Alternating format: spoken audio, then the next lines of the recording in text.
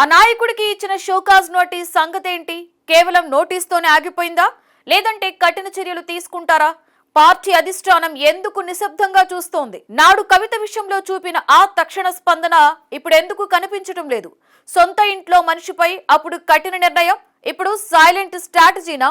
కవితకో న్యాయం, ఆ నాయకుడికో న్యాయమా? ఎందుకు ఎవరా నాయకుడు?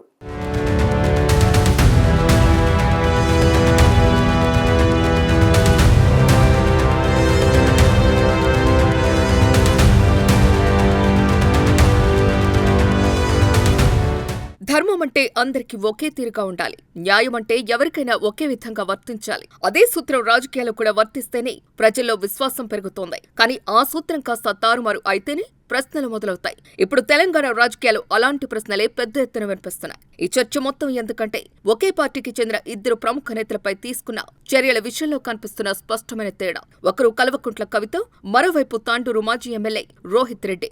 ఈ ఇద్దరి వ్యవహారాలను పరిశీలిస్తే పార్టీ వైఖరిలో స్పష్టమైన వ్యత్యాసం కనిపిస్తోంది అనే విమర్శలు వస్తున్నాయి. లిక్కర్ కుంభకోణంలో ఆరోపణలు ఎదుర్కొన్న తర్వాత కవిత పార్టీ లోపల ఒత్తిడిని ఎదుర్కొన్నారు అనే మాటలు అప్పట్లో బాగా వినిపించాయి. పార్టీ కార్యక్రమాలకు దూరంగా ఉండాల్సి వచ్చిన పరిస్థితి ఏర్పడింది. ఆమె ఎంత ప్రయత్నించినా పార్టీ అధినాయకత్వాన్ని కలిసే అవకాశం కూడా సులభంగా రాలేదని ప్రచారం జరిగింది.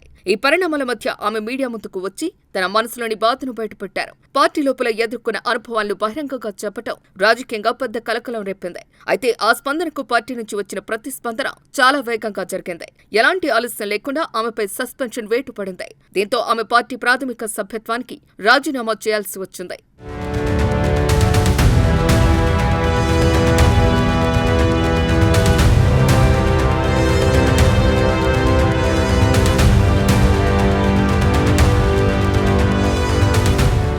ఎక్కడితో ఆగకుండా కవిత తనపై జరిగిన వ్యవహారంపై ఆమె బహిరంగంగానే మాట్లాడటం మొదలుపెట్టారు. పార్టీ పనితీరుపై విమర్శలు గుప్పించారు. తెలంగాణలో అధికారంలో ఉన్న సమయంలో సామాజిక సమానత్వం సాధించడంలో పార్టీ విఫలమైందని ఆరోపించారు.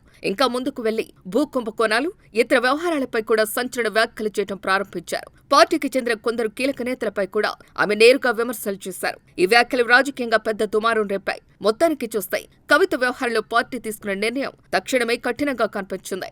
ఇప్పుడు ఇదే సమయంలో రోహిత్ రెడ్డి వ్యవహారం ముందుకు వచ్చింది. మోయినాబాద్లోని ఫామ్ హౌస్ లో మాదక ద్రవ్యాల పార్టీ జరిగినట్టు ఆరోపణలు రావటం, అక్కడ డ్రగ్స్ స్వాధీనం కావటం పెద్ద వివాదానికి దారితీస్తుంది. ఈ కేసులో పోలీసులు నమోదు చేసిన ఆరోపణలు మరింత తీవ్రతను తెచ్చాయి. ఆయన అనుచరులు పోలీసుపై కాల్పులకు కూడా ప్రయత్నించారనే అభియోగాలు రావటం ఈ కేసును మరింత సీరియస్ గా మార్చింది. పోలీసులు ఈ వ్యవహారాన్ని లోతుగా దర్యాప్తు చేస్తూ మరిన్ని వివరాలు బయటకు తీసుకొస్తున్నారు. ఇంకా మరికొంతమంది ఇందులో ప్రమేయం ఉండవచ్చని అనుమానాలు వ్యక్తమవుతున్నాయి. ఇలాంటి పరిస్థితిలో సాధారణంగా రాజకీయ పార్టీలు త్వరగా స్పందించి కఠిన చర్యలు తీసుకోవటం అనేది సాధారణంగా కనిపించే విషయం. కానీ ఇక్కడే ప్రశ్నలు మొదలవుతున్నాయి. ఈ కేసు బయటకు వచ్చిన వెంటనే కాకుండా కొంత ఆలస్యంగా రోహిత్ రెడ్డికి షోకాజ్ నోటీస్ ఇచ్చారు. వారంలో సమాధానం చెప్పాలని గడువు కూడా ఇచ్చారు. అయితే ఆ గడువు గడిచినా ఆయన నుంచి స్పష్టమైన సమాధానం రాలేదనే ప్రచారం జరుగుతోంది. అయినప్పటికీ ఇప్పటి వరకు ఆయనపై ఎలాంటి కఠిన చర్యలు తీసుకున్నట్టు కనిపించడం లేదు. ఇక్కడే పోలిక మొదలవుతోంది. కవిత విషయంలో తక్షణ చర్యలు తీసుకున్న పార్టీ రోహిత్ రెడ్డి విషయంలో ఎందుకు నిశ్శబ్దంగా ఉందన్న ప్రశ్నలు వినిపిస్తున్నాయి. ఒకరిపై వేగంగా చర్యలు, ఇంకొకరిపై ఆలస్యం ఎందుకు అనే సందేహం సహజంగానే వస్తోంది. ఇది కేవలం రాజకీయ విమర్శ మాత్రమే కాదు, పార్టీ లోపల ఉన్న విధానాలపై కూడా ప్రశ్నలు లేవనెత్తుతోంది.